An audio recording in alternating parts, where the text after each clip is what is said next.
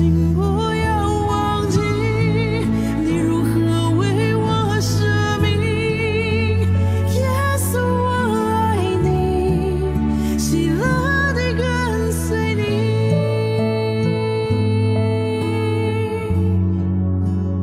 跟随耶稣，我的主，献上生命给最爱的耶稣，完全顺服，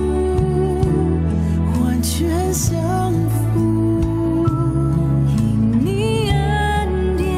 是我的衣食丰盈，你的宣召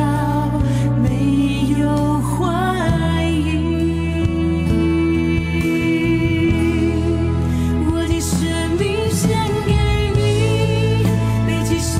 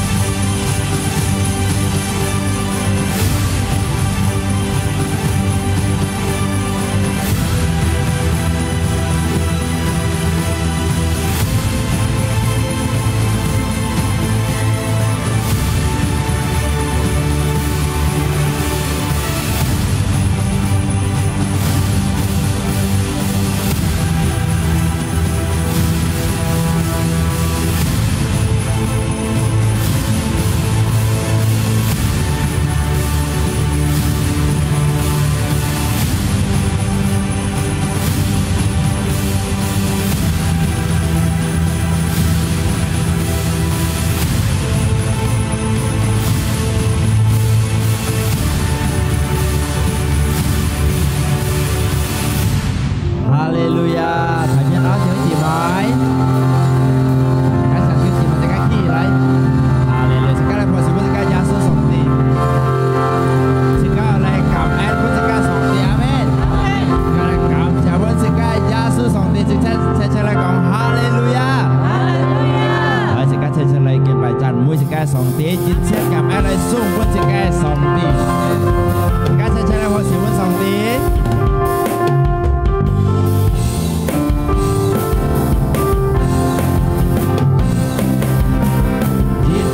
Cảm ơn tràn mùi tu hay sống quân Chúa Giêsu, tin vui到Chúa Giêsu tin cõi ta, nay theo đi lời tràn mùi lời dùng giáo Chúa Giêsu.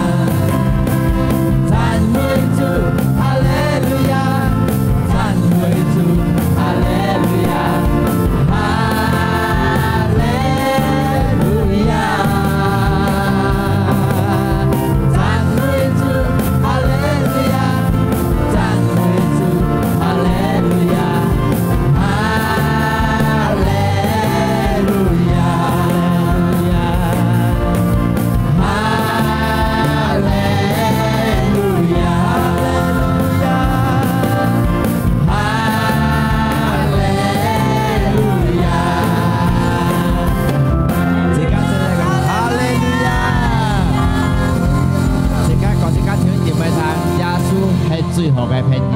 耶穌係最好嘅朋友。 Amen. Kita Yesus song tiếng Injil đi khai chỉ cả đời sa, Injil cho hai chỉ cả đời sa. Amen. Ngài chịu chết ra cái phép yêu an toàn xin. Khi ta muốn xin nhau hết ngài tan sao trời đi. Hãy ngài chỉ to yêu苦難，hãy ngài chỉ to tan xa đi. Khi mới phụ ca ngài cho phán chịu lời con cứu. Ngài chịu chết ra cái phép yêu an toàn xin. Khi ta xin nhau hết ngài tan xa trời đi. Hãy ngài chỉ to yêu苦難，hãy ngài chỉ to tan xa đi. Khi mới phụ ca ngài cho phán chịu lời con cứu. Cảm ơn hãy Giê-xu, cảm ơn hãy Giê-xu. Giê-xu cái miệng đi, ơn vui ngã cái xin đi. Cảm ơn hãy Giê-xu, cảm ơn hãy Giê-xu. Giê-xu cái miệng đi, ơn vui ngã cái xin đi. Ngài chịu chết ra cái phép yêu an toàn xin. Khi ta xin nhau hết ngài tan xa trời đi. Hãy ngài chỉ to yêu苦難，hãy ngài chỉ to tan xa đi. Khi mới phụ ca ngài cho phán chịu lời con cứu. Ngài chịu chết ra cái phép yêu. Ngài chịu chết ra cái phép yêu an toàn xin. Khi ta xin nhau hết ngài tan xa trời đi. Hãy ngài chỉ to yêu苦難，hãy ngài chỉ to tan xa đi.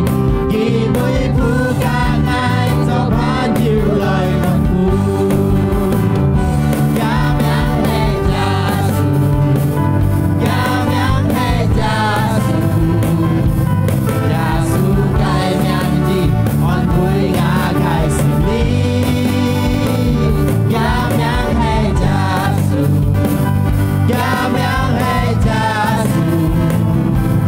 Giê-xu cái miệng đi, ơn vui ngã cái xin đi.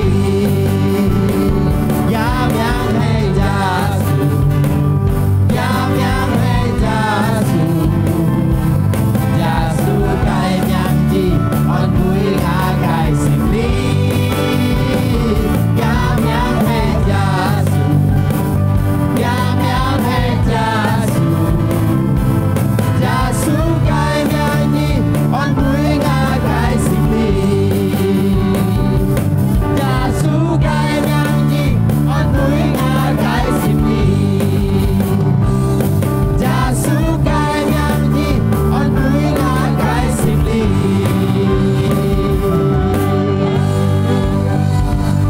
Cảm謝你耶穌，這日嘅日子，謝你耶穌，每日要以色列，哈利路亞。Mai chàng thứ chuyện mà chỉ các có dịp mà mình cho dần. Hallelujah. Sẽ cảm ơn mình sống đi. Sẽ các yêu kim bùn nhiệt như bởi Giê-xu sống đi. Như bởi sống đi cái end điện, sống đi cái end. Hallelujah. Sẽ các bạn nói xin cho các bạn kinh bài sống. Chỉ chính với đó, Chủ Giê-xu cái end điện đều kỷ niệm. Ngài hiểu điều sẽ sống lý. Chỉ chính với đó, Chủ Giê-xu cái end ôi nhà phá nhìn. Chúng ta chơi ngã siêu lý. Chỉ chính với đó, Chủ Giê-xu cái end điện đều kỷ niệm. Ngài hiểu điều sẽ sống lý. Chỉ chính với đó, cha su gai en oi nhà pha đi thương đàn say ngã sim ly ngài kiên bài đi song tí ngã siêu kia hi lại bún nhi đau chun đàn nhi ngã song tí an kiếp nhau ngài kiên bài đi song tí ngài lại theo nhà miệt chán đi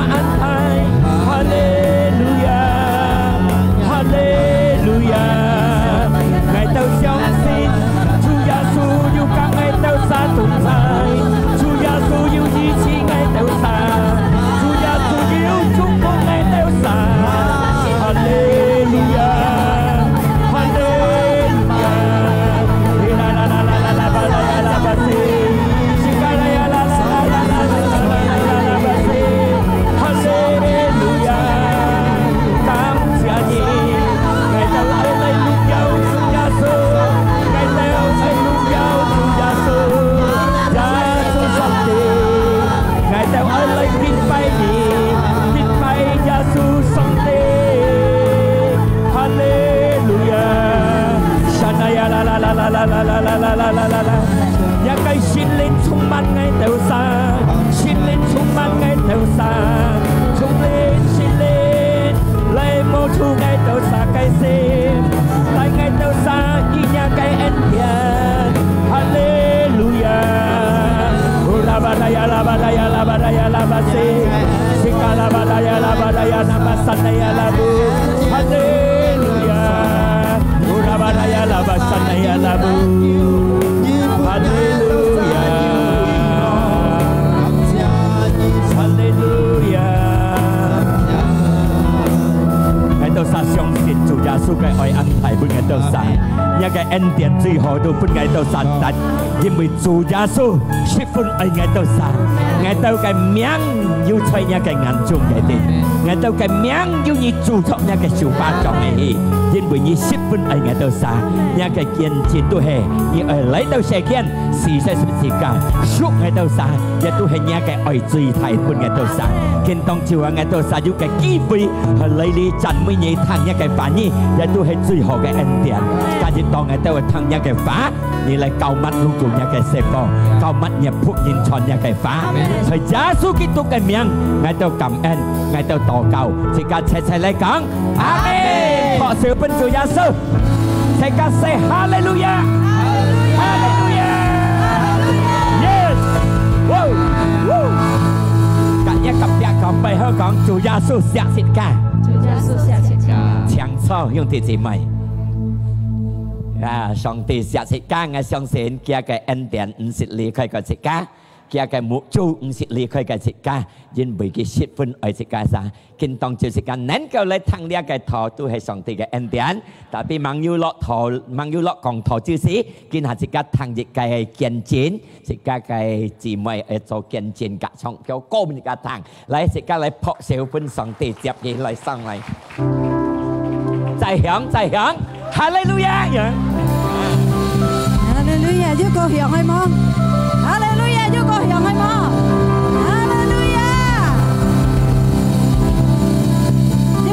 我跟他照，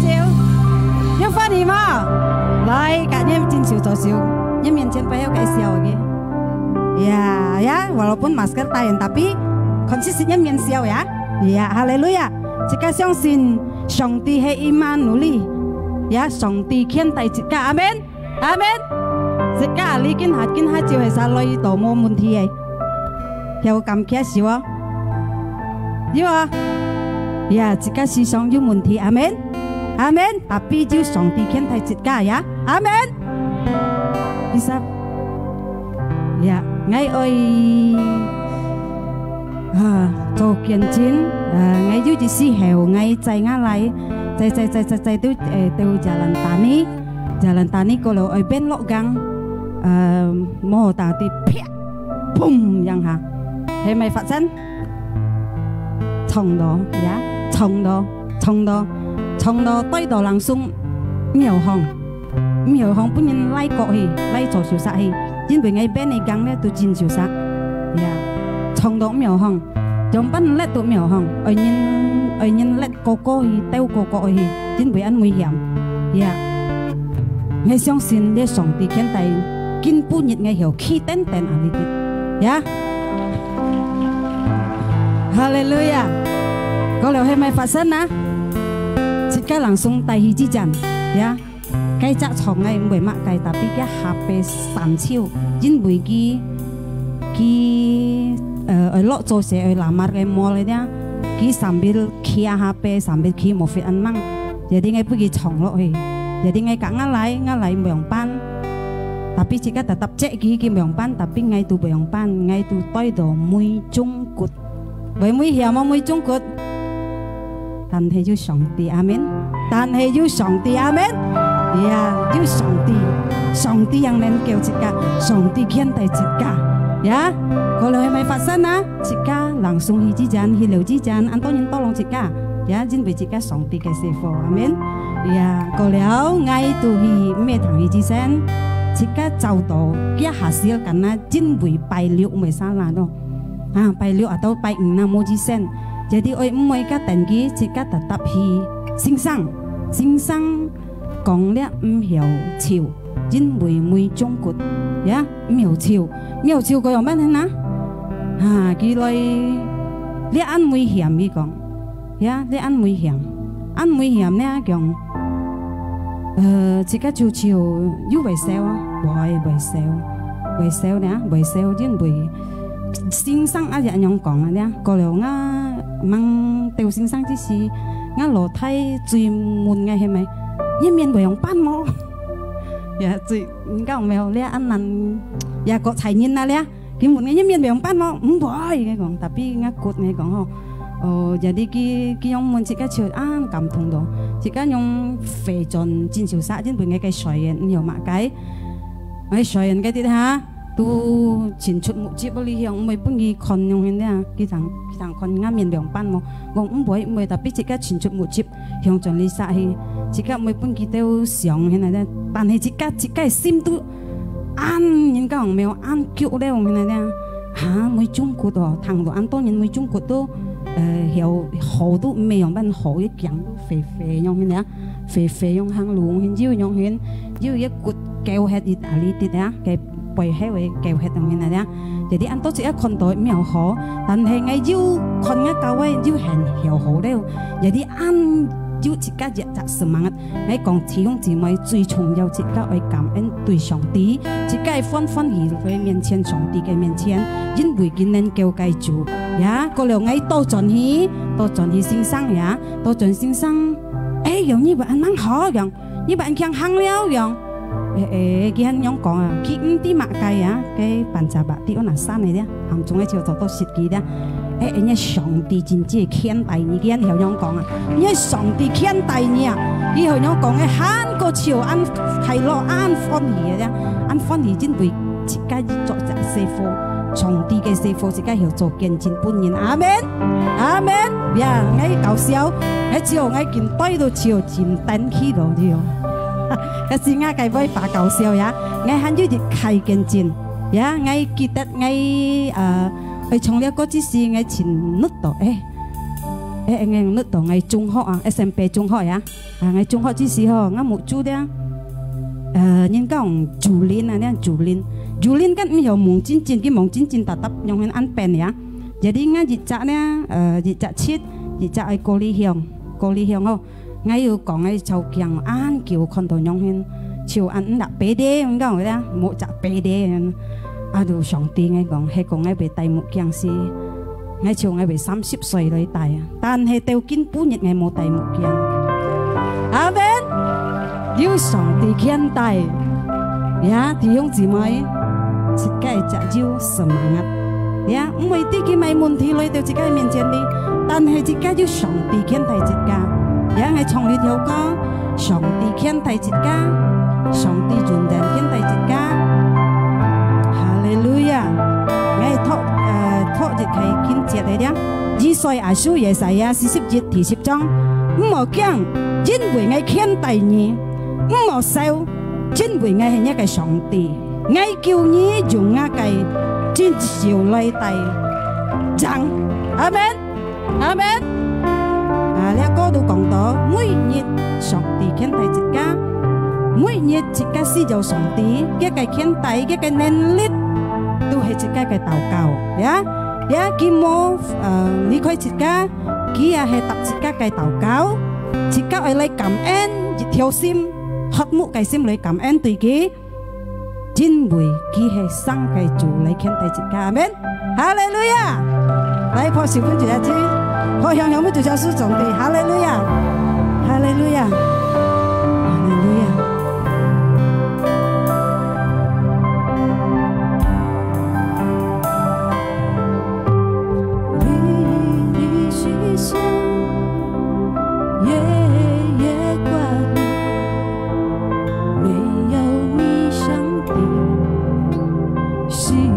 所需要，因你的同在，有大能大力，因你的手爱还久，历历细想，夜夜挂虑，没有你。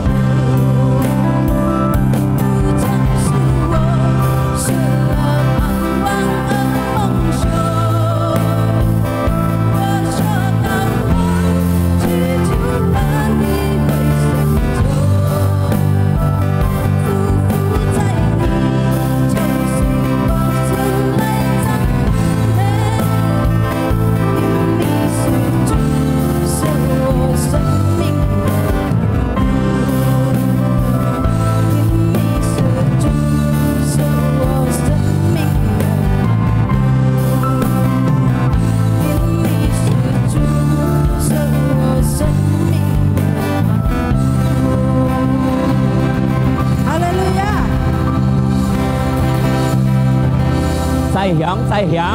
都有上帝，本上帝我阿冷，表錢呢，我越辦阿咩？哈利路亞！相信隆重得福，透過嘅見證，透過呢條歌，食家得嘅福氣，阿們。10分มั่ง日子啊，兄弟姊妹冇遲到，講落5日份ทีไทยวัดนี้ไป60日แล้วก็เรียกหาต่อปันยันแล้วเห็นมั้ยนะ10分มั่งใน日子ผู้สาวจีนะสิกาเตอซา10分ไข่ละอยู่กินปุ่น日สิกาหันเฉลี่ย超人ทุเห上帝嘅先知要ใช้สิกา嘅身份中係冇上帝嘅先知สิกา冇ใช้เรียบวิสาลิชาดาไม่เจ้าสินสิกาตัด上帝嘅恩典上帝嘅恩典上帝嘅愛ไม่เจ้าสินตัวสิ้นไงเป็นสิกาอาเมนยึดห้องช่องสิกาเหนียวแถวฮีสิกาเหนียวไข่มุหันเหนียวคนสิกากับเปียใส่ตัวคัดก่อนกัดตัวหันให้恩典上帝嘅恩典上帝嘅先知เป็นสิกามาไกเนี่ยใช้世間呢一道生死問題各樣嘅打答嚟到自己面前感謝主，今日要上神嚟嘅面前，問阿啲食家行生，阿們，係食家唔啲了吧？啲家時態上神冇嚟到自己面前，阿們，但係家行次又要上神，每日話啲食家行生，行要上帝嘅恩典，食家行生要上帝嘅恩典，要上帝嘅善者，阿們，ผู้สาว食家唔是少，唔是叫，唔是反，因為上帝熱天。大食家係得勝嘅路，阿們，哈利路亞！食家嘅講到今日呢，都係上帝做安排嘅事。呢2日當中都講到上帝嘅先知，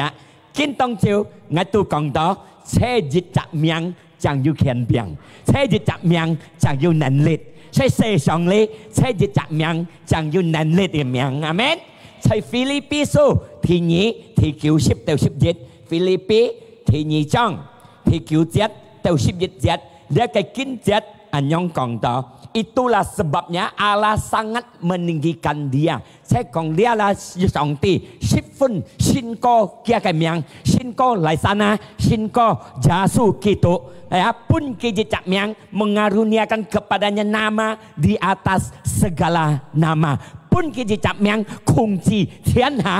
下呢啲嘅名，呢隻名最高峰嘅名，就係按到耶穌基督嘅名。阿們。接下去是的，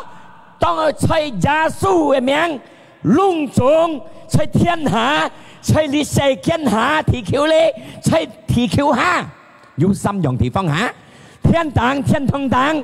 地球裏面咧，即刻隆重人。天下隆重下魔鬼，講到乜嘢呢？隆重在耶穌嘅名，跪在耶嘅面前敬拜呢隻名，呢隻名係耶穌基督，耶穌基督嘅名都係耶穌嘅世界，隆重天下天使，隆重天堂嘅，讚美嘅，敬拜嘅，隆重你哋世界你哋地球裏嘅，隆重人，拜嘅，跪嘅。但係猛要隆重，要日日隆重天世間呢啲嘅人，日天嘅跪在耶穌基督嘅面前，敬拜耶穌。當個撒瑪跪拜了，你都天使馬來加，大下天獄，你都跪冇跪，聽我嘅名都很準，唔係講冇拜，日天嘅拜。ใช่你啲世間呢啲地球呢啲猛隆重人士。地球面呢啲全世界加米列人忙要日辦事，日後日全呢地球呢啲嘅人，每個人都係跪拜耶穌基督嘅名。凡了你要信嘅冇信嘅，日後日天也跪在佢面前，因為呢隻名，所以呢隻人要能力嘅人，要權柄嘅人，坐天坐地嘅上帝，按照耶穌基督。加熱跌生，冇要求冇人能夠冇跪拜嘅，隆重都係跪拜嘅，阿們，哈利路亞，是的，隆重耶穌得到榮耀，阿們，記得，要日日你係掹全世界，要日日天下人特向，隆重人天下人都爱跪拜赞美耶稣，跪在佢面前，聖經就咁得，我嘅聖經摩沙拉要用寫出大答要做，基沙拉書使徒行傳，基沙拉書使徒行傳第4章12節，yang hak tetap. Dan keselamatan tidak ada di dalam siapapun selain di dalam Dia. Lia cái tất kiều, mỗi yêu dịch chặt miệng, mỗi yêu dịch chặt nhìn nên kiều kiều thiệt cả. Chú liao, phải Giê xu Kitô miệng. Giê xu Kitô, chú hệ song ti. Dia xin kinh yang kau ngah, sebab jin beda di bawah kolong langit setian halidet. Dan tidak ada nama lain mau jika miang you pun yin hiểu tất kiều gai tan xiang Giê xu Kitô cái miang chít cả chẳng hiểu tất kiều thiên hạ đi tết mau jika miang hiểu pun chít cả tất kiều phan đeo nhé chít cả nhìn ăn khiang cho ăn khiang siêu thọ ăn khiang mà cái hay còn mau nhi mau xin nhìn có Giê xu cho nhà kiều chỗ mô phép mô tết đó ân điển mô tết kiều tan chẳng chỉ ai khôi bay xây Giê xu cái miền thiên xin nhìn Giê xu hay song ti hay kiều chỗ sẽ cả chân tết kiều nhưng bị xe đi đặt miệng chẳng hiểu bún thiên sẽ cả nhìn tết kiều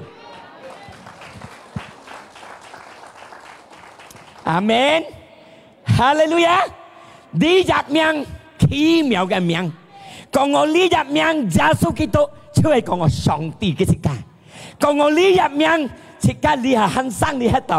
呢入名即刻相信嘅，即刻信任嘅，即刻讚美嘅，即刻得到嘅恩典。講我呢入名能夠恢復世界，講我呢入名能夠做新造本世界，講我呢入名能夠本世界能力，講我呢入名能夠恢復世界嘅家庭，世界家庭雙籌事，講我呢入名能夠恢復世界嘅生活中。能夠恢復自家嘅工作，能夠恢復自家嘅前途。因為世間你哋冇入名能夠俾自家得，你入名能夠俾自家快樂，你家庭唔平安唔快樂，你入名能夠俾人快樂。阿神也祝福佢，係敬拜佢，佢能夠改變你嘅心，使到你嘅家庭得到安全，得到平安。兩公婆咪相吵相拗，兩公婆咪相面拗拗，你入名能夠叫你家庭多盡團圓。阿門。阿撒嘅嘅心，去打開嚟，去信任，去謙卑，信任耶穌基督，係嘅叫做你入名，你兩公婆吵到火死一天，能夠支持你變了分手人net。阿門。因為你入名。奇妙嘅名，即刻撒回你喺度，冇認識你入名，冇認識你入做，因為即刻冇認識到，你係即刻受苦，你承認你入名能夠帶即刻從暗路去光路，從死亡到得救進叫生命嘅路，冇入名能夠叫即刻，就係你入名就能夠叫即刻，即刻去。地龍空嘅啲病毒嘅人，佢能夠看自家個得救嘅人，即係你入名就能夠叫自家，阿門。你入名奇妙嘅名，你入名隆重，先家鬼沒術馬嘅尊敬，車上下是個人上下冇規矩，唔驚入名，係啊，特別咩哩，到嚟隆重有規矩，尊服上帝嘅名，阿門。哈利路亞。你看你入名是多奇妙嘅名，你入名講我耶穌基督唔是脫開，講我信者嘅生死，有耶穌有信者，有耶穌上帝有信者發生，你家庭度有耶穌基督嘅在你心中度有信者發生，阿門。在基撒拉書使徒行傳第3章1到8節，咁樣講到，當計要熱熱，當計要熱熱。一個暗了在2-3點當中，呢個彼得及約翰呢，去念經講到嚇，去念經，所以佢去念經咪勸解譬如你係咪講神堂啊？勸解神堂要責任，lumlumpu咪講廢hết啦，廢hết嘅人都講到cái世界滿信嘅，cái gerbang lock ya神堂嘅啲，cái滿信嘅苦人。lumpuh nhân chan phi nhân biasa cho cái công tác khiết xét nhân cho cái thọ lưỡi hay mà na xăm khu phải dịch chặt bắt dịch cái tòng cắt răng hà cái số anh cái bọn nhân cái dịch cò lọ xin thăng bay chúa lọ xin thăng bay chúa nhân biasa ăn hồ xem gan còn đó yêu chan phi nhân biasa sell lưỡi bên kia gan chú mà biasa sell lưỡi sáng đi xây thải lưỡi lỏng mẹ Hallelujah. Chính vì cái thô anh khu anh mấy thổ nhà xây lưỡi, kêu cái như thổ xây lưỡi à gan mò gan. Tapi biasa sih ta pun xây lưỡi. Sang lên pun dịch bản dong. Amen. Hallelujah. Khuyên cái đấy yêu chặt lumpu chan phi anh thổ lưỡi. Tông dia cái Peter cả Johannes dịch lọ chi xe. Cái con đó và cái thổ lưỡi cho kẹt chết. Thì si chết con đó khi tôi lý lượng xa hàm cái con cái mong lý lượng nhân hi bay chủ hi nhầm kinh cái lý tổ kết chết mong kinh nhung khu anh cái con lý lượng xa hàng có và cái sòng cái thổ lưỡi lý lượng ở phòng hàng lót được con cái biong tiêm mấy con đó mà mẹ yêu chặt giá số cái ỏi cái sim trung tổ vậy con đó con ngay cái gòn nhá lý hết kepada kami thì si chết con ngay cái gòn thì chết này dân hiểu liên nhân con ghê con kí mấy con này con đó con thì nó cái sinh con tụ bọ kí bún kí yêu tung si là bún lưỡi cái bún mày cái ta tập hy vọng gì bún lưỡi đó em mà ná tan hay thì liệu chết đấy con để cái bí tất con kim nhuận ngày mò như sáng ai thổi lưỡi cái hà căn còn kim nhuận như sáng ai thổi lưỡi đi hà lại còn như ai thổi lưỡi ngày mò thổi đầu lưỡi但係ngày朝嘅ngày半夜，佢叫乜計？叫耶穌基督，佢講啲幾倍？ngày朝嘅ngày半夜，你係嘅幫拜講金潤天報ngày麼？係你係講你ngày麼？但係ngày朝嘅，見係ngày半夜，在耶穌基督嘅名，ngày半夜耶穌基督，你懺悔，你接受你嘅名。你愛你入命，nhà cây thân phi hầu hết. Tiếp hai lại講你愛討論愛嘛，但係愛要愛本嘢，在耶穌基督行嚟行，曬當個一下，腳嘅腳朗誦有力，腳嘅腳冇朗誦有力。Berarti ngay講乜計？dia Peter mulai但係佢要耶穌你入命，佢本佢耶穌你入命，耶穌你入命到奇妙嘅命，天能嘅命，將把你入命本嘢lum布塵灰，當創河核，當佢接受你入命，叫佢平，叫佢塵灰河核，見不照，呢個家庭兩公婆相愛相愛，mungkin可能會變咗塵灰樣。咪意思呢？冇相河了，水沒熱殺水殺了，血面勾了，係錯了，看電視，你終於看了，各殺就各殺了。意思嚟講兩公婆嘅千乜貪吃了，殘廢了，亂布了，唔甩了。mungkin可能一個身法，一自嘅身法，一係殘廢了，咪嘅意思呢？唔順利了。按業節按細了，一個平安，一次都冇隔殺，本呢個世界三分鐘行到，兩人當中定到呢個 virus corona 定得傳染病，次到冇一個開心，冇一個平安，一個開心一個平安，一變殘廢了，自家嘅靈火一冇按火熱了，自家愛上帝嘅火一冇按烈了，一了殘廢樣了。Ngài ở còn hông thì chỉ mấy thằng kinh tông chịu giá số cái miệng còn như thế hàng này 真心到真真心来到耶稣基督，一切也没痛苦，一切也没平，一切也没伤势。耶稣能够开路奔耶，破小奔主耶稣。阿門。因為透過你入命，我相信世界是得過嘅信者。阿門。我相信世界是得過嘅信者，世界是得過嘅恩典，世界是得過嘅mujizat。阿門。Makanya jika sosong tiga anak, jika最顯、最優秀、最得勝嘅人，因為要你哋隻奇妙嘅名，按到耶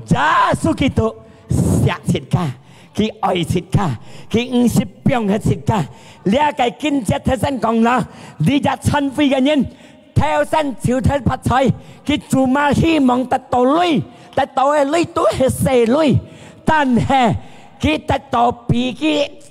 缺失得嘅東西，要個到天下佢得到。以前我從細出世嘅殘廢，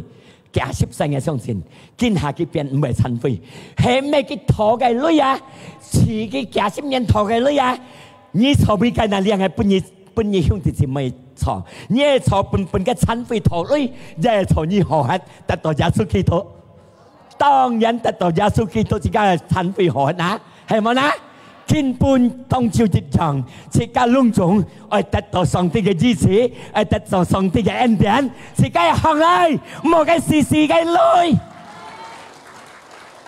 阿門啊！行嚟，破少本耶穌，日神啊行嚟，破少本耶穌，自家得嘅善者，自家得嘅恩典。阿門，哈利路亞。錯，講錯。當一個相信，一個信心對你入命，一個接受你入命，做一個嘅上帝，做一個嘅救主，我相信天堂當嘅恩典，天下充滿落本世界。阿門。因為一團經節講到嘅範圍 ，segala berkat rohani di surga dicurahkan bersikap。隆重天堂嘅福氣上帝嘅本設家，但係呢，因為設家嘅阿那，阿門，哈利路亞，你入命，耶穌基督嘅命，就係耶穌嘅誕生，上帝嘅誕生，能夠得救設家，能夠支持設家嘅平衡，能夠恢復盡設家隆重設家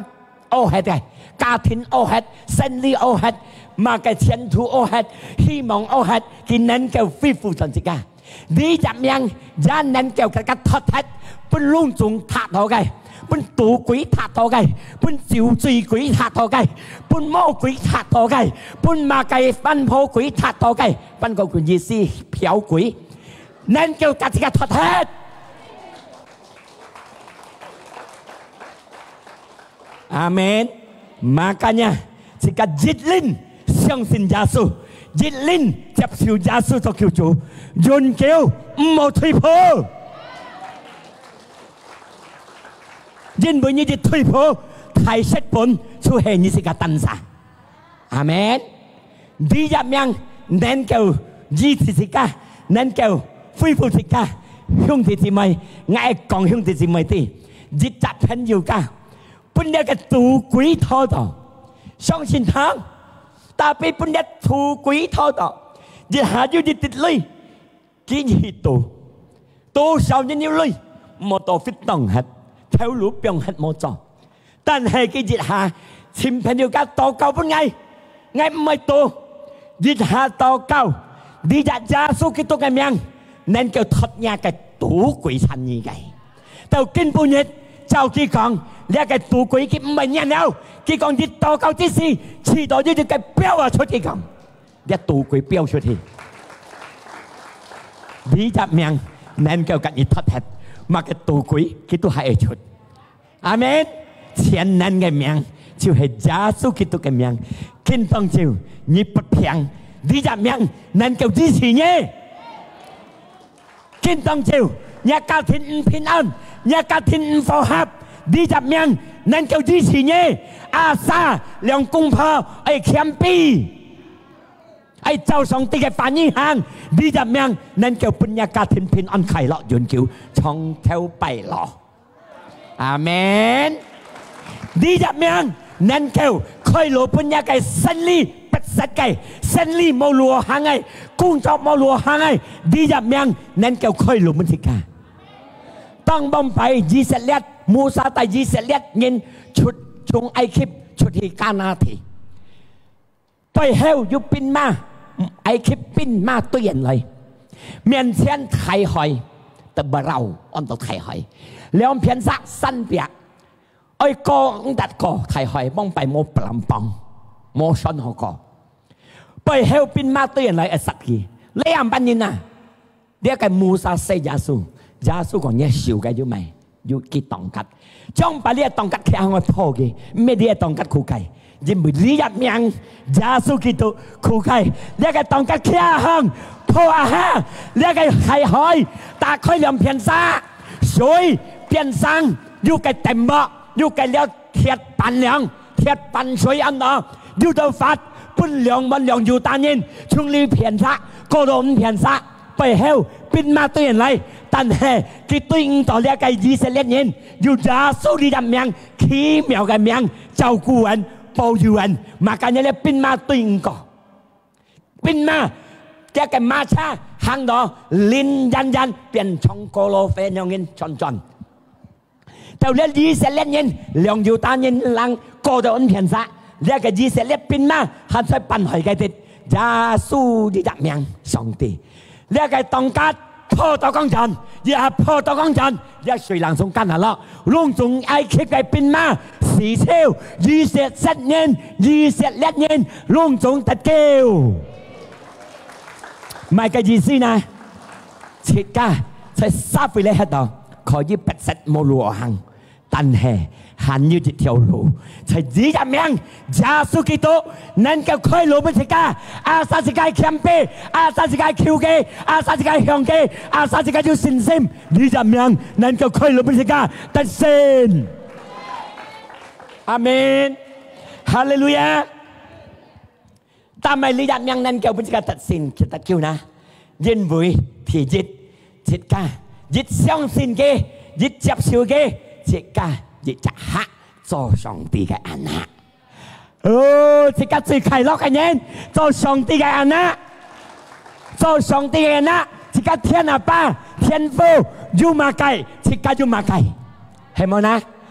即刻你撒回做阿爸度嗬，即刻要工廠，即刻寫貨得工廠冇呢？即刻要抬頭路抬生理點頭，即刻寫貨係得冇呢？即刻天阿爸要全世界，要天堂，要世界都係家計。ชิกาจอกยานะบาร์เต้เดียเทียนหาตู้ให้ชิกาไก่โอ้พอเสียมันชิกาสองทีชิกาจอสองทีไอ้นะฮาเลลูยาอาบิจะกินเจ็ดของชิกาจอสองทีไก่ไอ้นะเจาะฮันฟูยิมที่เจ็ด12 เจ็ดเจาะฮันฟูยิมที่เจ็ด12 เจ็ดยังกองต่อtetapi semua orang menerimanya diberinya kuasa tan helong tungin jap siu ke jap siu jasu jasum jika hak jika kian cokia kai ana相信耶穌基督嘅名jika信任kisah jika 做上帝嘅阿那快樂嗎歡喜嗎做總統嘅阿那你都歡喜死啊apalagi 做了上帝嘅阿那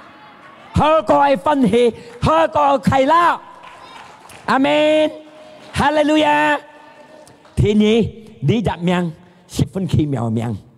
即刻接受基沙即刻得到馬計即刻重計重接受耶穌即刻不啲即刻翻重新出世係耶穌基督重新出世嘅人你係見節講到約翰福音ที่ 5 ที่ 4 節 1 Yohanes 5 ayat 4 dan 5 semua yang lahir dari Allah langsung Songti suksesannya di sisi Songsinki ya mengalahkan dunia tajang dia 全世界聽耶穌做耶穌嘅證聽耶穌嘅人即係能夠控制全世界阿們接下去嚟講 Dan inilah kemenangan yang mengalahkan dunia. Dia cuy jika tajang tet sin tui le sekai gai cuy jika ke sin sim me jika cuy kia chung kia to kia jian hiti jan me jika yung sin sim tui li jam yang Yesus itu ke yang jika tajang chen sekai gai mun the sekai li yu ma gai yu khu chung yu fan no yu sao yu nan yu mo cối long chung si can nen kêu tajang tại sen thô co si ca cái xin sim amen hallelujah còn hai chậm hai lại xa nên kêu tajang dia cái sekai chung he si ca xiong xin Yesu Kitô cái nhân cho Yesu cái gì cái nhân nên kêu tại sen tùy ý là chen sekai li cái môn thế世界要乜計？要平痛，要受理，要腳，要瞓，所以耶穌基督是間能夠爭。Makanya jika jahat tetap muntah tetap tunggu, mau kiang mau fan, cảm ơn từ Song Ti, jahat cảm ơn từ Song Ti, Song Ti tại jika có chiến hạ tunggu, chiến hạ muntah. Amen, Hallelujah. Lý dặm yang sit phun kiang yang. Siết phun mẹ nghe miệng bom bài Song Ti cho Adam thì chỉ dặn nhìn kia cái phá con nhí đả lý全世界đả lý控制全世界隆重去处理只dặn nhìn处理全世界ไม่อันไกล但係在上帝嘅方面佢錯咗提dặn nhìn đả lý全世界但係nhìn跌落水冇好打理全世界世界呢啲世界唔係講打理全世界，而係結家，到而係結家，而係個嘅背錯嘅嘅背嘅巴掌，佢咪要巴掌喺度啲個啲嘅背用作嘅殺嘅嘅用家了啊，超係家嚟對戰了啊，或者打理就結家冇個結家，但係上帝錯人，佢打理全世界。上帝錯所有世界呢啲嘅，隆重唔係馬計啊！佢講嘅出個廿年你知啦，隆重佢打理超。或者前年啊，在上帝出世嘅人，但係本水跌下去，切家冇變，希律本一個招吉電腦鐵人做出嘅水，隆重人做到跌下去。但係聽我透過耶穌嘅恩典，透過上帝嘅恩典，耶穌係嚟出世，變人死在十字架，恢復咗呢一個權力，本錢下本自家就上帝係啦，打理全世界，打理天下，打理世界，打理大下，都講盡本自家呢個權力，嚟殺相信耶穌，幹天下。因為自己做嘅係人啦，説歡感恩自家，説歡威風自家，係耶穌基督，耶穌恢復盡自家嘅權力，恢復盡自家嘅能力，打理全世界，打理天下，打理大下，弄懂自家嘅小眾。你係相信，你係要信心，阿門。Makanya要平痛，飲到自家，係耶穌基督有個痛就可以，唔係講愛咯，安痛哦。咩用嘅？耶穌基督有個痛就係冇連飲，係咪？因為更加馬計有嘛，耶穌基督就係連明喺嘅地方，你打理過咗得連嘢走，連耶穌先連喺嘅地方，阿門。即家嘅人權力到盡本，即家在呢啲，即家做嘅人啊。Memang Bombay thì chỉ dặn nhìn tiệt ha cao chọc pun mô quỳ tần hề giá su trường trần lại léo thôi có cái sĩ phục phát cái trường trần lại léo để cái nền lít cao chọc pun lung tung cho cái chuyện léo bởi thế chỉ có tiền nền sai song ti Kitô sai lý dặn miệng yêu nhắm tỏ lý dặn miệng yêu lý tu hết tỏ lý dặn nhìn yêu lý tu hết tỏ sai xin lên sai cả xin chung hết tỏ mà cái này yêu thần xin kinh sai xin chung tu lý cái lên xin lên thay go全世界lý cái lên mà cái này sai cả cho song ti na yêu nền lít kỳ thật sai cả tự ý xuất hệ祷告本人lý dặn miệng本sai cả nền kêu cho xin giả à bây giờ kinh điển nhiều你看第三就係講到，第二就係講呢一名古界嘅名，呢一名馬可福音16、17節，馬古斯16、17及18， Tanda-tanda akan menyertai orang-orang percaya. Dia kayak kiho, mai kiho, sinsia kayak. Jika siang untuk kayak. Dia kayak kiho, ten siang sin cái nhân. Ta mai bị ten siang sin cái nhân. Jin mới yu nan lit itu, yu sin lin itu. Makanya jika hia boy, jika tai song tiga nan lit chut hian chut hi pun chen se cái nhân đại. Amen. Hallelujah. Đi chạm miệng, chạm hay, tôi quỷ, saya Yesus Kristus miệng, mengusir setan demi namaku, tôi quỷ. Đi chạm miệng, con xin cái phá mai, phu nhân hong cái phá, xin cái phá, mà cái phá, tết phục cái phá, ân bội những cái phá, pun nhân chính xin cái phá, cả chơi hết xin cái phá, mò con ngô cả lò phá mà cái phái phá, mẹ nhân nhọ, mẹ nhân hót, mẹ nhân cứu, mẹ nhân xéo. Các vật lộ phá. Chỉ cái con chút xin phá ôn bùi nhiên, bùi nhiên chinh xin, bùi nhiên semangat, bùi nhiên yêu, khoai lót cái phá, các xin cái phá. Amen. Chỉ cái cho song tiếng anak yêu nhong anh nên ya. Có lihat magai cabai, mereka memegang Tasha gì si nguy hiểm hay sáng xe. Sa các mình ngâu nhìn, bởi tim nguy hiểm á. Nguy hiểm hay sáng xe. Ya, có lihat cái con magai.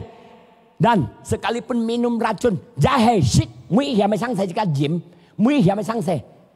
Jika shit, nguy hiểm hay sáng xe. Kau lihat makai tidak mendapat celaka, nguy hiểm lại tới cái miền Tây. Sa, pet sa jika kondo nhung bị yêu anh nói, pet sa jika đi theo shit đầu cái nguy hiểm hay sáng xe. Bởi sang hải兄弟姊妹，因為要耶穌基督咁樣，jika shit東西先生。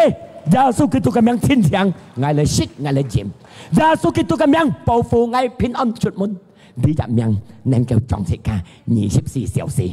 阿門，哈利路亞。個了接下嘛計，呢一命按照人快吃，人得到支持得福，快吃得到呵。呢一命即刻按照，kan kinjat kong menumpangkan tangan atas orang sakit. On siêu nhân phải hết, đi dặn nhân tết to khen không. Long trùng hung thì chỉ mày, yêu đi dặn nên lết, yêu đi dặn miệng, lấy to cao, nhân phải hết gai. Kẹp hàng ai họ, thôi còn nhắc ai to cao. Đi đủ đi dặn miệng yêu nên lết, đi dặn miệng yêu xin cha. Amen. Jadi, yêu đi dặn miệng, ơi na lấy dùng, còn nhắc cặp đi, ơi na lấy dùng. Một cái piong hi chu tu he. Amen. Kita hả? Ở nơi đây dùng niệm miệng hả? Dù bị tịt thọ tòng phong biển sim con theo lắm, chơi lý niệm miệng. Một ngày sim chung thì để pin on, thiện sim. Amen. Dù mà cái sang say mình thì lý niệm miệng to lòng này, khơi lù. Amen. Hallelujah. Lý niệm miệng khi mèo cái miệng, thọ có lý niệm miệng này相信. Chỉ cả sẽ cái này hết tao hết như hiểu nó lấy dùng. Chỉ cả một phần, một sầu, một kiểu. Ý思啊，唔係俾佢控制咯，手為手，翻為翻，腳為腳。tapi jika 曉用呢一命，一手腳翻痛苦，隆重時間能夠變進向來，因為要一命，本時間能力。阿門，哈利路亞。呢一命能夠做善事本時間，呢一命能夠開路本時間，呢一命能夠恢復時間，呢一命能夠本時間精神，呢一命能夠本時間得勝。哦，跑射本主耶穌，這家嚟企上嚟讚美主，透過你入面，我相信是家是天得福。阿門，哈利路亞。哦，上帝，謝謝家，本是家最好嘅。透過你入面，從今日開始，自家一齊出世間，自家唔腳唔手唔翻，要你入面跟你同在，要耶穌基督跟你同在，要耶穌基督來照顧自家，要耶穌基督來支持自家。哈利路亞！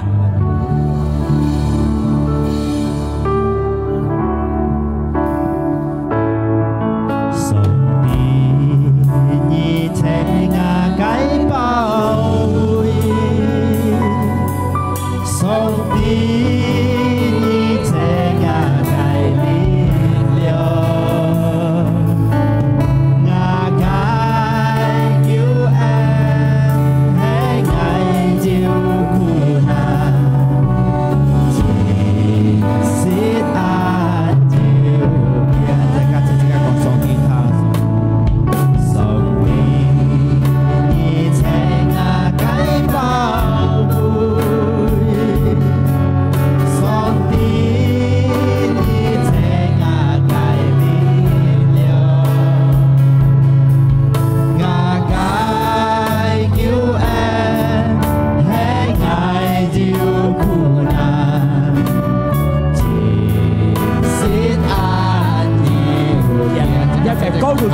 sekati lah. Yukunan dia yang cincin yukian.